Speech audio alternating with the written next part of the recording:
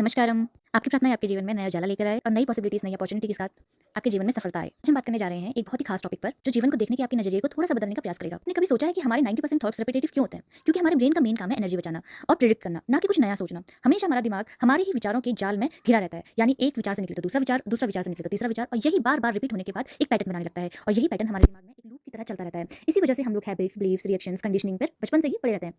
असल में ब्रेन में न्यूरल पाथवेज होते हैं, जो कि जितना ज़्यादा रिपीट होते हैं उतने ज़्यादा मजबूत होते चले जाते हैं। जहाँ से हमारा विकास हुआ वहाँ से ये बात तो सच थी कि सही होना जरूरी नहीं है, बल्कि जिंदा रहना जरूरी है। हमारे एंसेस्टर्स भी जंगल में रहा करते थे, जहाँ जीवन में उनका दूसरा खतरा का मतलब ही होता था कि जान का खतरा, और उसे बचाने के लिए वो हर समय अलर्ट मोड में रहते थे। इसी तरीके से हमारा दिमाग भी है, जो हर समय अलर्ट मोड में रहता है और हमेशा वर्स्ट कंडीशंस को ही चुनता है सोचने के लिए, ताकि हम लोग हमारा कॉर्टिसोल लेवल बढ़े और हम लोग हमेशा तनाव की ओर और अपनी जान बचाने की ओर जा पाए।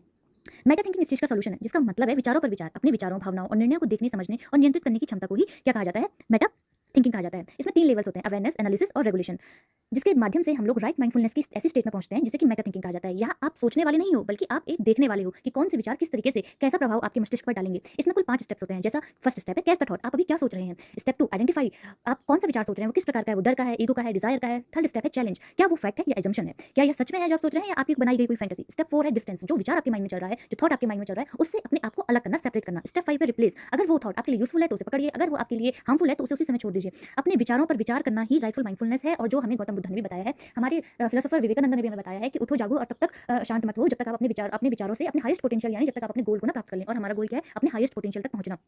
और हम अपने हाईएस्ट पोटेंशियल तक कब पहुंचेंगे? जब हम बिना जज किए हुए चीजों को देखने लगेंगे, बस उसे जो चीज जैसी है उसे उस रूप में देख पाना ही हमारी हाईएस्ट इंटेलिजेंस का स्रोत है। बाकी हम मेटा कॉग्निशन, मेटा मेमोरी के बारे में आगे बात करेंगे। अगर आपको ये अच्छा लगा हो वीडियो तो आप please like, share and subscribe करें। Thank you.